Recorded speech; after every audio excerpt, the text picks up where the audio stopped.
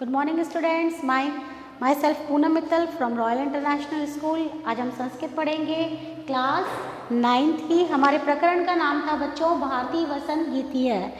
बच्चों previous video में मैंने ये आपका चैप्टर स्टार्ट कर दिया था, ठीक है, और इसका जो फर्स्ट जो श्लोक है वो मैंने आपको कंप्लीट करवा दिया था। उसका हिंदी जो अनुवाद है उसके बारे में मैंने आपको समझा दिया था, ठीक है। तो चलिए नेक्स्ट आगे हम चलते हैं। आपको अपनी बुक जो संस्कृत भूषण के नाम से है वो आपको निकालनी है और उसका चैप्टर फर्स्ट निकालना है, ठीक है। इसमें देखिए जो फर्स्ट वाला था वो हमारा कंप्लीट हो चुका था, ठीक है। अब ये देखो बच्चों, ये जो गीतांश है, ये गीतांश फर्स्ट गीतांश हमारा कंप्लीट हो चुका था। इसके अंदर क्या था कि जो माँ सरस्वती से, जो मतलब जो कवि है वो माँ सरस्वती से क्या मांग रहा है, वो वीणा बजाने के लिए कह रहा है चारों तरफ, मतलब उसकी जो वीणा की जो आवाज़ है, मधुर ध्वनि है, वो फैलाने के लिए कह रहा है, ठीक है। इसी के बारे में हम बात कर रहे थे। तो चलो आगे वाले जो वीडियो में हम क्या करते हैं, नेक्स्ट वाला जो गीतांश है वो पढ़ते हैं। तो बच्चों जो नेक्स्ट वाला जो गीतांश है वो देखो यहाँ से आएगा। वहती मंद मंदम सनीरे समीरे कलिंदात्मजया सस्वानिर तीरे नंताम पंक्ति मालोक्य मधु माधवीनाम।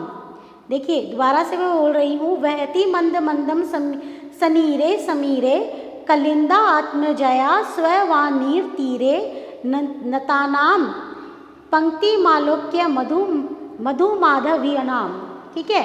तो देखिए इसके अंदर जो है अन्वय, यहाँ पर इस शब्दार्थों में वहती का मतलब चलती, मंद मंदम शनै शनै यानी धीरे धीरे, सनीरे यानी सजल जल से पूर्ण यानी जल से भरा हुआ, उसके बाद पवने यानी हवा में, पवन का मतलब क्या होता है हवा में, जो समीर को है।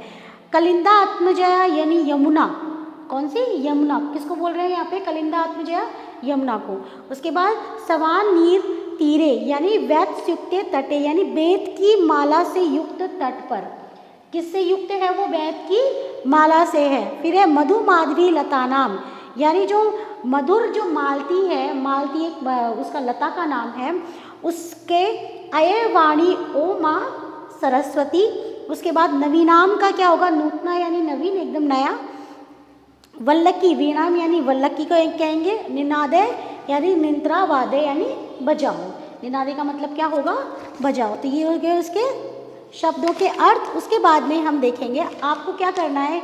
इसमें सबसे पहले हम संदर्भ, जो आप जब लिखने का आपका समय आएगा, जब आपको लिखना है उसके बाद में आपको इसका यूज़ करना है। तो चलिए इसको अभी हम लेफ्ट कर देते हैं, प्रयोग को अब अभी प्रसंग को, सॉरी, इसको हम लेफ्ट कर देते हैं। आगे हम चलते हैं हिंदी अनुवाद के। इसका हिंदी अनुवाद क्या होगा, यमुना नदी की बैत की लताओं से युक्त, यमुना नदी यानी जो हमने क्या पढ़ा था यहाँ पर, ये कलिंदा आत्मजया, यही था ना यमुना नदी, इसके तट के, तट यानी यहाँ पर बैत की लताओं से युक्त तट पर जल से पूर्ण यानी जो जल से भरी हुई वायु है, यानी जो हवा चल रही है वो किससे भरी हुई है, वो जल से पूरी भरी हुई है। कहने का क्या मतलब है, मतलब एकदम ठंडी ठंडी चल रही है। और वहाँ पे जो यमुना का जो तट है उसके ऊपर कौन सी लताएं फैली हुई हैं, वहाँ पे बैत की लताएं फैली हुई हैं। उसके बाद जल से पूर्ण वायु धीरे धीरे बहती है, क्या बहती है, जल की वायु, जल से भरी हुई वायु धीरे धीरे बहती है। उस हवा से मधुर मालती की लता पंक्ति को झुकी हुई देखकर, मतलब अब देखो वहाँ पर एक मधुर जो मालती है उसकी लता भी क्या हो रखी है, ऐसे झुकी हुई है, जो क्या कर रही है, ठंडी ठंडी हवाओं से वहाँ पे धीरे धीरे वो हवाएं चल रही हैं, ठीक है, जो जल से भरी हुई है, ठीक है। उसके बाद में देखकर सरस्वती नवीन वीणा को बजाओ। देखो बच्चों यहाँ पे जो कवि है वो बहुत ही मधुर स्वर में माता वीणा से यानी सरस्वती माता से क्या कर रहे हैं, प्रार्थना कर रहे हैं कि हे माँ सरस्वती, ये जो यमुना तट है और यहाँ पे जो बैत की लताएं फैली हुई हैं और जो जल से भरी हुई जो हवाएं हैं वो धीरे धीरे बह रही हैं, और यहाँ पे जो मधुर मालती की जो लताएं हैं वो झुकी हुई हैं। तो ऐसे मतलब इतना जब मधुर मौसम हो रहा है, इतना जब सुहावना मौसम हो रहा है, तो हे माँ सरस्वती आप इस सुहावने मौसम में अपनी वीणा को बजाओ। तो यहाँ पर जो कवि है वो किससे प्रार्थना कर रहा है, माँ सरस्वती से प्रार्थना कर रहा है, ठीक है बच्चों। चलिए अब देखिए बच्चों, नेक्स्ट जो हमारी पंक्ति है, नेक्स्ट है हमारा ये ललित पल्लवे पाद पे, ललित पल्लवे पाद पे पुष्प पुंजे, ललित पल्लवे पाद पे पुष्प पुंजे मलय मारुतो चुंबिते मंजू कुंजे स्वनंती निंते मृष्य तिम्प्रश्य मलिना मलिनाम। ठीक है, अब देखो बच्चों यहाँ पर अव्यय, यहाँ पे देखो शब्दार्थ में ललित का मतलब यहाँ पे क्या दिया हुआ है, मनोहर दिया हुआ है। मनोहर का मतलब जो सुंदर, जो आकर्षित करने वाला होता है, उसका मतलब क्या होता है, मनोहर। पल्लवे यानी जो पत्र, जो पत्राणी जो होते हैं, पत्ते जो होते हैं। पाद पे तरो यानी वृक्षों पर, पाद पे यानी वृक्षों पर। पुष्प पुंजे यहाँ पे पुष्प समूह है, यहाँ पे संस्कृत वर्ड भी दिया हुआ है, संस्कृत में भी अर्थ दिया हुआ है, हिंदी में भी दिया हुआ है, जैसे पुष्पों के समूह पर। तो मलय मारुतो चुंबते यानी मलयान नील संस्पृष्टे, चंदन वृक्ष की सुगंधित वायु से स्पर्श किए। देखिए जो चंदन वृक्ष की जो सुगंधित जो वायु है उससे स्पर्श करके मंजू कुंजे शोभन लता वताने यानी सुंदर लताओं से आच्छादित, आच्छादित का मतलब होता है ढका हुआ, आच्छादित का मतलब क्या होता है, ढका हुआ स्थान यानी सुंदर कुंजों पर। फिर है कृष्ण स्वनंतिम यानी ध्वनि कुर्वतिम यानी ध्वनि करती, स्वनंतिम यानी ध्वनि करती हुई, ततिम यानी पंक्ति में यानी सततिम यानी समूह। ठीक है बच्चों, प्रेष्य यानी प्रेष्य यानी दृष्टवा यानी देखना, देखकर। फिर है मलिनाम यानी कृष्ण वर्णाम मलिन, अलीनाम यानी भ्रमणाम, अली का मतलब है अली यानी भौरा, ठीक है, यानी भ्रमरों को, और अलीनाम हो गया भ्रमरों को। तो यहाँ पर हमने इसके शब्दार्थ कर लिए। अब देखिए इसका हिंदी अर्थ, चंदन वृक्ष की सुगंधित वायु से, चंदन जो वृक्ष है यहाँ पे उसमें क्या होती है, जो चंदन का वृक्ष होता है उसमें चंदन की महक उठती रहती है, जो चंदन की जो खुशबू है वो फैली हुई रहती है।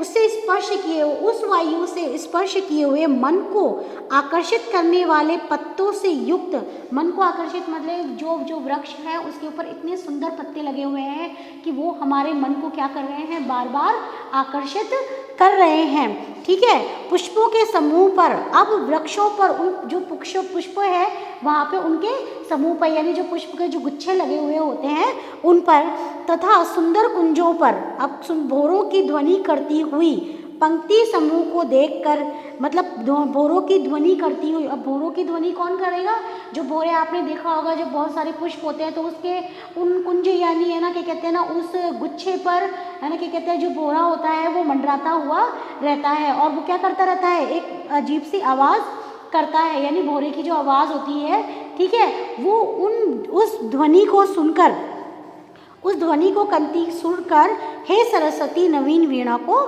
बजाओ। अब यहाँ पे जो कवि है वो सरस्वती माँ से क्या कह रहा है कि हे माँ सरस्वती, मतलब इतना अच्छा सुहावना मौसम हो रहा है और यहाँ पे देखिए मतलब चंदन के वृक्ष खड़े हुए हैं और उन चंदन के वृक्षों से क्या आ रही है, सुगंधित वायु आ रही है और उनसे जो छूती हुई जो वायु है, ठीक है, यानी उन जो सुगंधित से छूती हुई जो वायु है वो क्या कर रही है, वहाँ पर मतलब मन को सुंदर लगने वाली यानी मनोहर लगने वाले जो वृक्ष है, यानी जो उस पे लगे हुए जो पत्ते हैं वो इतने मनोहारी लग रहे हैं और उन वृक्षों पर जो क्या कहते हैं गुच्छे लगे हुए हैं, फूलों के गुच्छे लगे हुए हैं और उन फूलों के ऊपर क्या मंडरा रहे हैं, भंवरे मंडरा रहे हैं। मतलब इतना सुंदर दृश्य यहाँ पर दिखाई दे रहा है। तो कवि कह रहा है माँ सरस्वती से कि इतने सुंदर दृश्य को देखकर हे माँ सरस्वती आप वीणा को बजाइए। समझ में आया बच्चों आपको यहाँ पर? तो यहाँ पर हमारे 2 श्लोक कंप्लीट हो चुके हैं। उसके बाद में देखिए बच्चों यहाँ पर ये जो इसके नीचे का है, नीचे का आपका संस्कृत में अनुवाद है, संस्कृत में व्याख्या है जो हम बाद में आपको करवाएंगे। ठीक है, जो पहले मैं आपको जो हिंदी अनुवाद है वही मैं आपको यहाँ पर बता रही हूँ। ठीक है बच्चों, उसके बाद में जो नेक्स्ट जो हमारा गीतांश है उसके ऊपर चलते हैं। लतानाम नितांतम सुमम शांतिशीलम चले दुच्छ लेता कांति सलीलम सलीलम तवाकर्ण्यम वीणा मदीनाम नदीनाम। अब देखिए निनाद है, फिर वहाँ पर वही जो पहला जो गीतांश है वो वापस आ जाएगा। तो देखिए इसके अंदर यहाँ पे लता नाम का मतलब वरीराम वल्लीराराम यानी कि ये संस्कृत का शब्द है। उसके बाद लताओं या बेलों के, इसका अर्थ क्या होगा, लताओं के या बेलों के। दूसरा देखिए नितांतम, नितांतम का अर्थ क्या होगा, अत्यधिक। नितांतम का अर्थ क्या होगा बच्चों यहाँ पे, अत्यधिक। उसके बाद सुमम, सुमम यानी कुसुमम, कुसुमम यानी फूल। उसके बाद शांतिशीलम, शांति यानी शांति युक्तम यानी शांति से युक्त, ठीक है, शांति से युक्त। फिर उसके बाद है चलेत, चलेत यानी चलना, गच्छेत जिसको संस्कृत में हम क्या कहते हैं, गच्छेत कहते हैं। उसके बाद है चलायमान हो जाए, तो इसका अर्थ यहाँ पर क्या होगा, चलायमान हो जाए। उसके बाद उच्छलेत, उच्छलेत का अर्थ यहाँ पे क्या लगाया है बच्चों, ऊर्ध्व गच्छेत, ऊर्ध्व गच्छेत या उच्छलित हो उठे यानी उछल पड़े यानी उत्साहित हो पड़े, ठीक है।